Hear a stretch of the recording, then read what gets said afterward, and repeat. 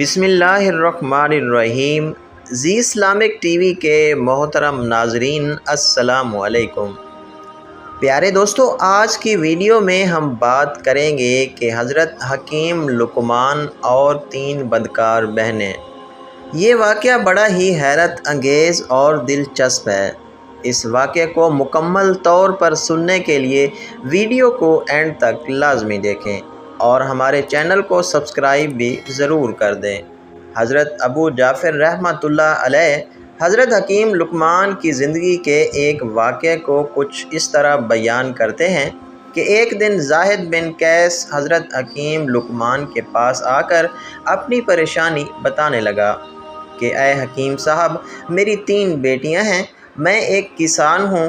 جب میں کھیتوں میں کام کرنے کے لیے جاتا ہوں تو میری تینوں بیٹیاں میری غیر موجودگی میں مردوں کے ساتھ زناکاری بدکاری کرتی ہیں۔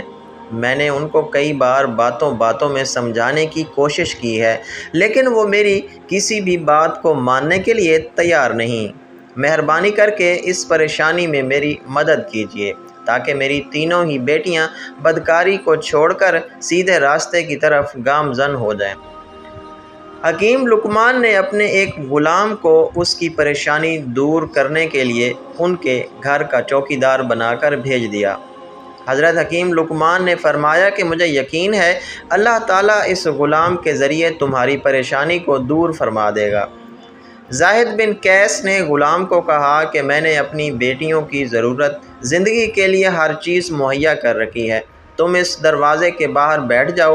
اگر میری بیٹیاں تم کو دروازہ کھولنے کا بولیں تو ہرگز دروازہ نہ کھولیے گا۔ یہ نصیحت کرتے ہوئے کسان اپنی کھیتوں میں کام کرنے کے لیے چلا جاتا ہے۔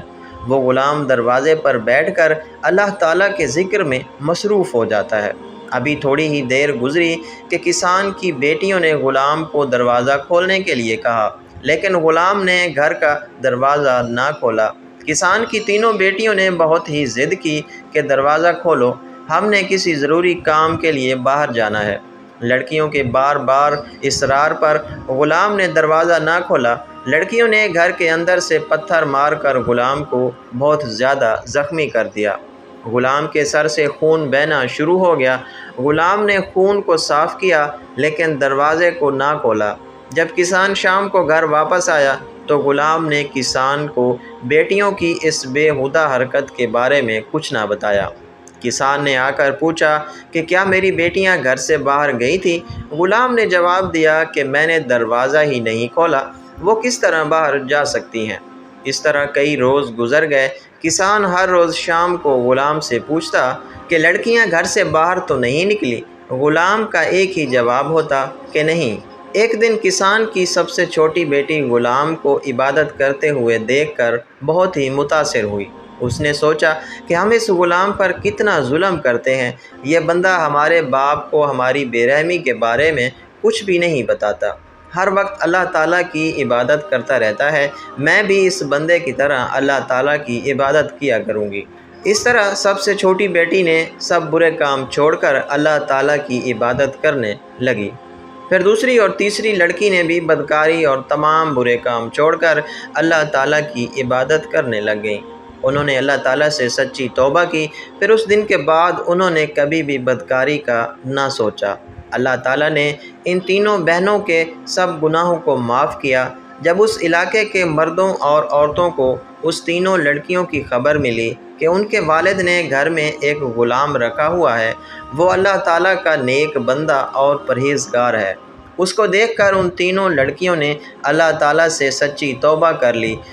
اس طرح حضرت لقمان کے غلام کی نسبت سے اللہ تعالیٰ نے پوری بستی کو نیک اور پرہیزگار بنا دیا۔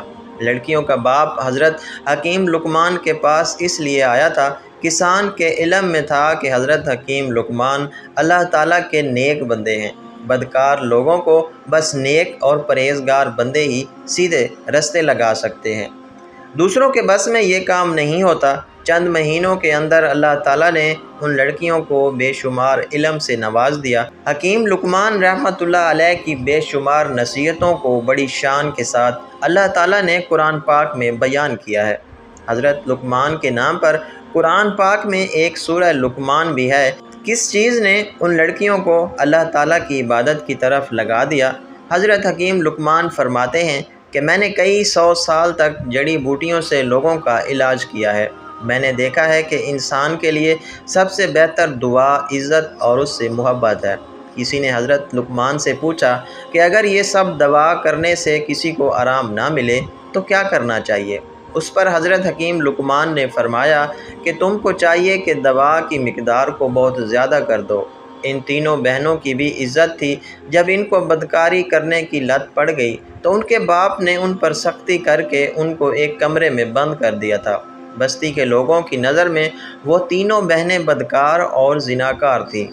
اس غلام نے ان کو پیار و محبت اور عزت دی، ان لڑکیوں کو بدنام نہیں کیا۔ اللہ تعالیٰ نے ان لڑکیوں کی زندگی بدل ڈالی۔ دنیا میں کون کیسا ہے اس کے بارے میں اللہ تعالیٰ سے بہتر کوئی نہیں جانتا۔ اللہ تعالیٰ اسی طرح کسی نیک بندے کے ذریعے بدکاروں کی زندگی بدل دیتا ہے۔ ہم کو ہمیشہ ہی دوسروں کو عزت دینی چاہیے۔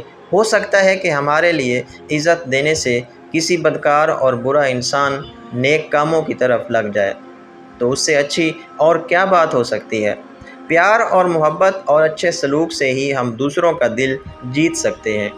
اللہ تعالیٰ سے دعا ہے کہ اللہ پاک ہم سب کو دوسروں پر رحم کرنے کی توفیق عطا فرمائے۔ آمین ثم آمین۔